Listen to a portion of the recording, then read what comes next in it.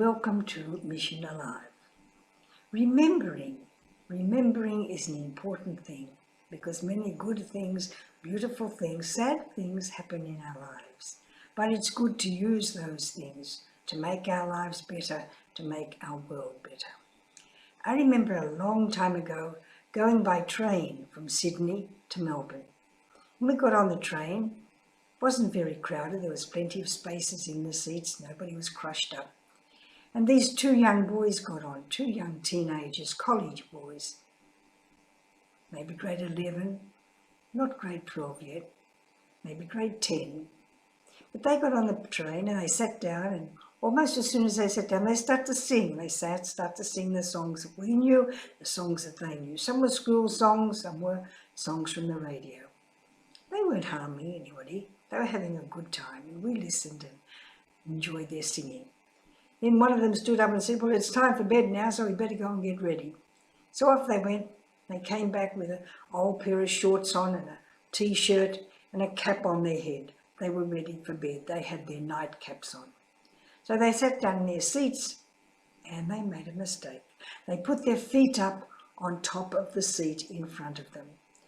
Oh, the guard was up as quickly as could be. He was watching those two boys. He was thinking, I'm going to have trouble with these fellows. Hey, he said, you can't put your feet up on the back of a chair on this train. Put your legs down.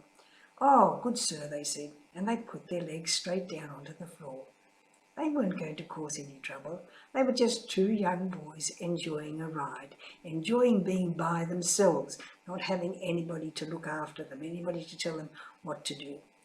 So we had a quiet night. Next morning they woke up and they stood and they stretched and they yawned and oh, we had a good night's sleep. They said everything out loud so everybody could hear them, and we enjoyed them. They were like two little clowns. And they took off their nightcap and they said, oh, well, we're getting close to Melbourne, so we better go and get dressed in our city clothes. So off they went. And they came back. They came back dressed up perfectly in their school uniforms. One thing I forgot to say. On their caps, their nightcaps, they had written messages. And a message such as, by their fruits you will know them. By their fruits you will know them. You do not gather figs from thorns. You do not gather figs from thistles. Words from the gospel. So they were Christian boys.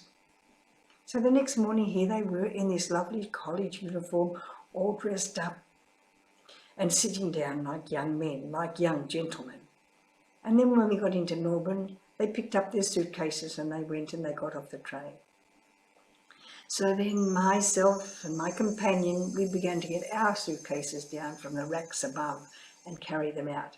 And suddenly these two boys appeared and they said, sisters, we'll take your suitcases. I think it was one of the biggest surprises I ever had.